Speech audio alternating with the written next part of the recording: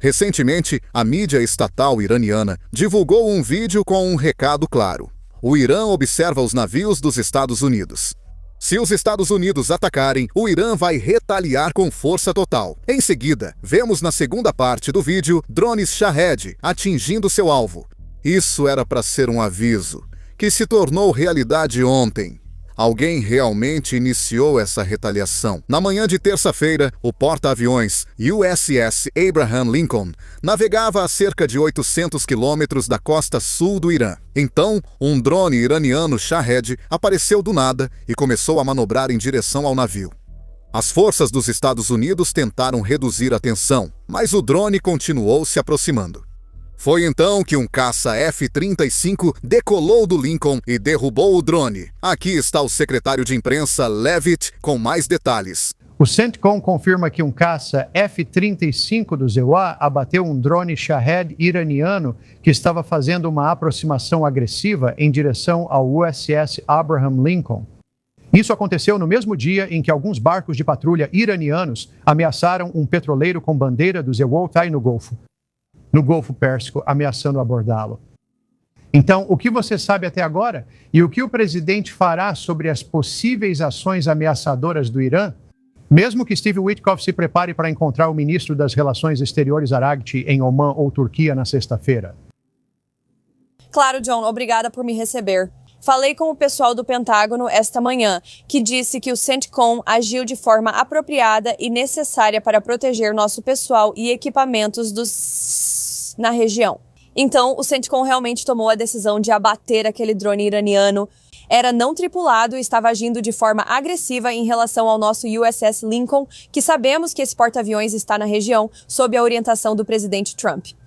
Quanto ao presidente, ele continua comprometido em sempre buscar a diplomacia em primeiro lugar, mas é claro, para que a diplomacia funcione, são necessários dois lados. Para dançar, é preciso um parceiro disposto a se envolver, e isso é algo que o presidente e o enviado especial Witkoff estão explorando e discutindo neste momento.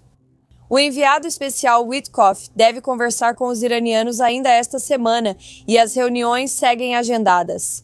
Mas, é claro, o presidente sempre tem uma variedade de opções à disposição, e isso inclui o uso da força militar. Os iranianos sabem disso melhor do que ninguém. Basta olhar para a operação altamente bem-sucedida Martelo da Meia-Noite, que não surpreendeu apenas o Irã, mas o mundo inteiro, e destruiu completamente as capacidades nucleares deles. No início do ano passado, isso ocorreu enquanto Estados Unidos e Irã se preparavam para negociações diretas pela primeira vez desde a Guerra de 12 Dias em junho passado. Atacar um porta-aviões do Sicari Koziela pouco antes das negociações de paz não é só agressivo, mas estranho, a menos que alguém não quisesse essas conversas. E o drone não foi o único incidente. Apenas algumas horas depois do caso do drone, lanchas iranianas tentaram apreender um petroleiro americano no Estreito de Hormuz. Falei sobre isso ontem, quando a notícia saiu, mas aqui está o que não mencionei. Veja, esse petroleiro provavelmente tinha cidadãos americanos a bordo. Possivelmente toda a tripulação era americana. Se o Irã tivesse conseguido tomar o navio, eles não teriam apenas um navio, eles teriam reféns. E se você conhece a história do regime islâmico, sabe que esse é o manual deles. A República Islâmica literalmente chegou ao poder tomando diplomatas americanos como reféns na embaixada do Zetem Kuwait em 1979. Eles mantiveram esses reféns por mais de um ano e talvez estivessem esperando fazer isso de novo. Capturar americanos, ganhar vantagem e negociar de forma mais forte, mas felizmente fracassaram. Ainda assim, a intenção estava clara. Agora, isso não é apenas uma provocação militar. Mesmo no campo diplomático, o Irã de repente está recuando de coisas que já havia concordado. De acordo com a Axios, o Irã agora está exigindo mudanças no local e no formato das negociações de sexta-feira. As conversas deveriam acontecer em Istambul. Vários países árabes e muçulmanos foram convidados para observar, e o Irã realmente concordou com isso inicialmente. Mas agora querem levar as conversas para Omã e que sejam bilaterais, só entre Irã e Estados Unidos, sem outros países observando. Estão recuando. Entendimentos que levaram semanas para serem alcançados. Isso não parece apenas logística, mas sabotagem.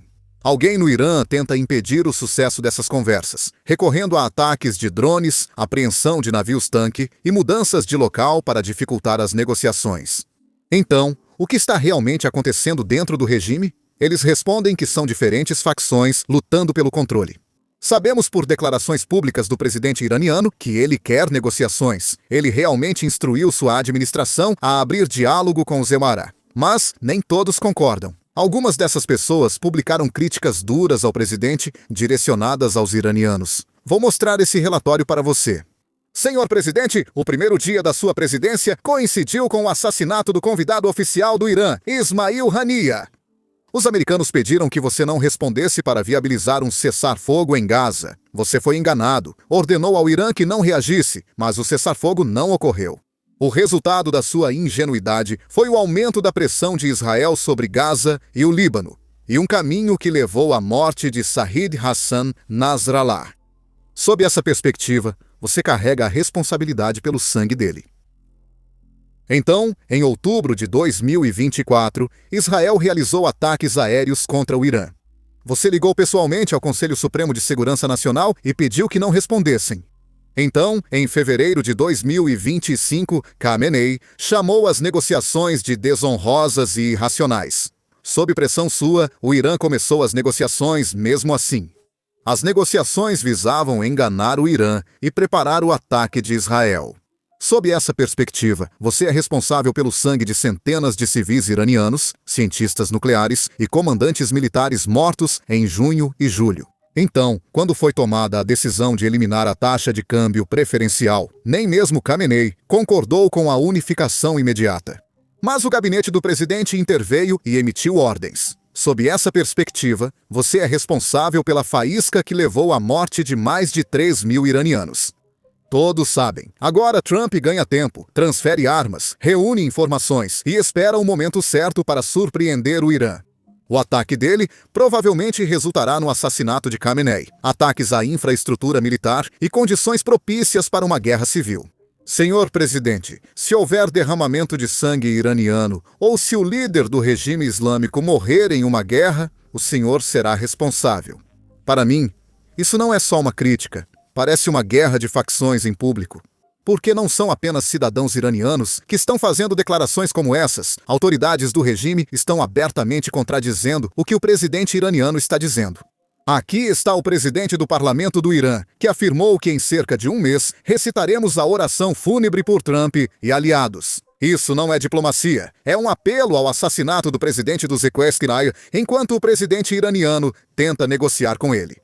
Depois, temos um alto funcionário de segurança iraniano que está dizendo à mídia estatal iraniana que o Irã não vai abrir mão de suas armas nucleares. Ouça só. Um conselheiro sênior do líder da Revolução Islâmica, Oyatollah, disse: Ali Khomeini reafirmou que o Irã não vai transferir seu urânio enriquecido para nenhum outro país, pois não há necessidade de fazer isso.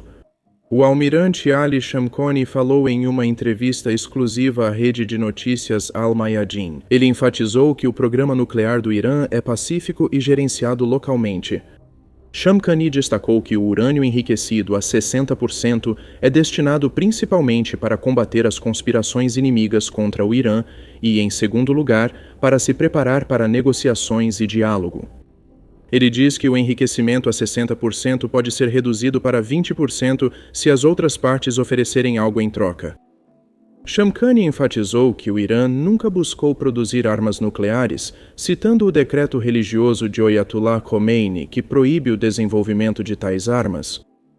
Anteriormente, o vice do Conselho Supremo de Segurança Nacional do Irã havia declarado que Teherã não tem intenção de transferir seu estoque nuclear enriquecido para um terceiro país. Ali Boghari enfatizou que as negociações nucleares com os Estados Unidos não envolvem esses tópicos. Khamenei afirmou que o Irã jamais desistirá de suas capacidades nucleares e de mísseis. Agora, essa parte não saiu no site oficial. Mas, segundo pessoas que assistiram ao discurso de Khamenei, ele disse isso ali. O que realmente exigimos? Vamos analisar essas exigências. O presidente Trump faz 4 exigências: acabar com o programa nuclear do Irã, parar o programa de mísseis balísticos, cortar o financiamento a grupos como Hezbollah, Hamas e Houthis e interromper a repressão a manifestantes anti-regime. Vamos analisar cada uma delas. A primeira até parece que pode haver alguma negociação, porque o Irã está disposto a fazer concessões. Já a segunda, simplesmente não parece realista. O Irã sabe que o míssil balístico é a única forma de dissuasão que eles têm contra Israel. E parece que, mesmo falando publicamente antes das negociações, e até com base nos relatos que estão saindo, onde os oficiais iranianos falam anonimamente, ninguém aceita que o Irã interrompa o programa de mísseis balísticos, o que pode dificultar um acordo nuclear. Israel insiste que qualquer acordo nuclear exija que o Irã pare o programa de mísseis balísticos. Agora vamos para o terceiro ponto. Esse, na verdade, não é um grande problema. O Irã não tem muito dinheiro para financiar o Hezbollah, o Hamas e os Houthis. Então, não acho que isso vá ser um problema. Mas o quarto ponto pode realmente ser um grande problema. Porque, sejamos realistas sobre isso. O Irã está negociando. Os oficiais iranianos que estão negociando, eles estão negociando porque querem preservar o regime. E adivinha, os manifestantes querem que o regime acabe. Simplesmente não existe um cenário em que o regime concorde em parar de reprimir as pessoas que estão tentando derrubá-lo. Isso é pedir para que assinem sua própria sentença de morte. Provavelmente, eles vão concordar com algo com o EUA no papel. E então, eles vão transferir a repressão para trás das portas fechadas, em vez de atirar nos manifestantes nas ruas. Eles vão prendê-los silenciosamente e fazer as execuções nas prisões, onde o mundo não pode ver o que estão fazendo. Vimos isso na repressão de janeiro. Cortaram a internet e mataram pessoas no escuro. Agora, farão isso apenas dentro das prisões. Essa é a triste realidade. Se realmente concordarmos com um acordo com o regime, seguindo em frente, enquanto o caos aumenta, este é mais um sinal de que pessoas internas sabem que o regime enfrenta sérios problemas. Temos outro diplomata iraniano que fugiu do regime e agora está buscando asilo na Suíça. O nome dele é Golem Reja Derikwan. Ele era uma figura em ascensão no Ministério das Relações Exteriores do Irã. Trabalhou na Embaixada do Irã na República Tcheca de 2011 a 2024. Era visto por muitos colegas como um diplomata de carreira que poderia ter se tornado embaixador. Mas, após o caso do mês passado de outro diplomata iraniano que deixou as Nações Unidas para buscar asilo na Suíça, ele agora está fazendo a mesma coisa. Acredito que essas pessoas fazem isso por temerem que a instabilidade política no Irã as torne inseguras, buscando assim um país considerado seguro. O mesmo país e Ocidente que o regime iraniano odeia era o alvo dessas pessoas, que integravam o regime e denunciavam o Ocidente publicamente. Mas, quando chega a hora de buscar segurança para suas famílias e para si mesmos, eles vão para o Ocidente. A mesma coisa que vemos na Rússia, a mesma coisa que vemos na China e a mesma coisa que estamos vendo no Irã. Todas essas pessoas são hipócritas. Um problema de fazer vídeos assim, mostrando muitos ataques de drones, mesmo sem ferir humanos ou soldados russos. No vídeo, o YouTube geralmente desmonetiza ou restringe nossos vídeos. Na verdade, na última semana, tivemos 4 vídeos de guerra desmonetizados. De acordo com o YouTube, exibir ataques de drones ou imagens da linha de frente não agrada a anunciantes. Por isso, os vídeos são restritos. Essa é a realidade da guerra moderna, que os ucranianos lutam e tentam sobreviver. Por isso, achamos importante mostrar isso e lançamos nossa própria plataforma, Business Basics, construída do zero e sem restrições. Não precisamos borrar nossos ataques de drones, não precisamos borrar imagens da linha de frente e não precisamos borrar bases aéreas russas sendo destruídas. Além disso, nós realmente não exibimos nenhum anúncio no site. Assim, não precisamos nos censurar só porque anunciantes não gostam do que mostramos.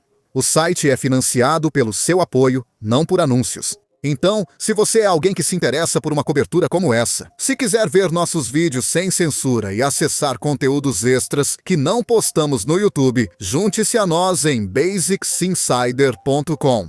Você pode clicar no link na descrição ou escanear o QR Code na tela. Ao entrar, assista a todo o conteúdo já postado e aos próximos vídeos. Além disso, você estará apoiando nossa cobertura e nosso canal. Então, muito obrigado. Meu nome é Sam e vejo vocês no próximo vídeo.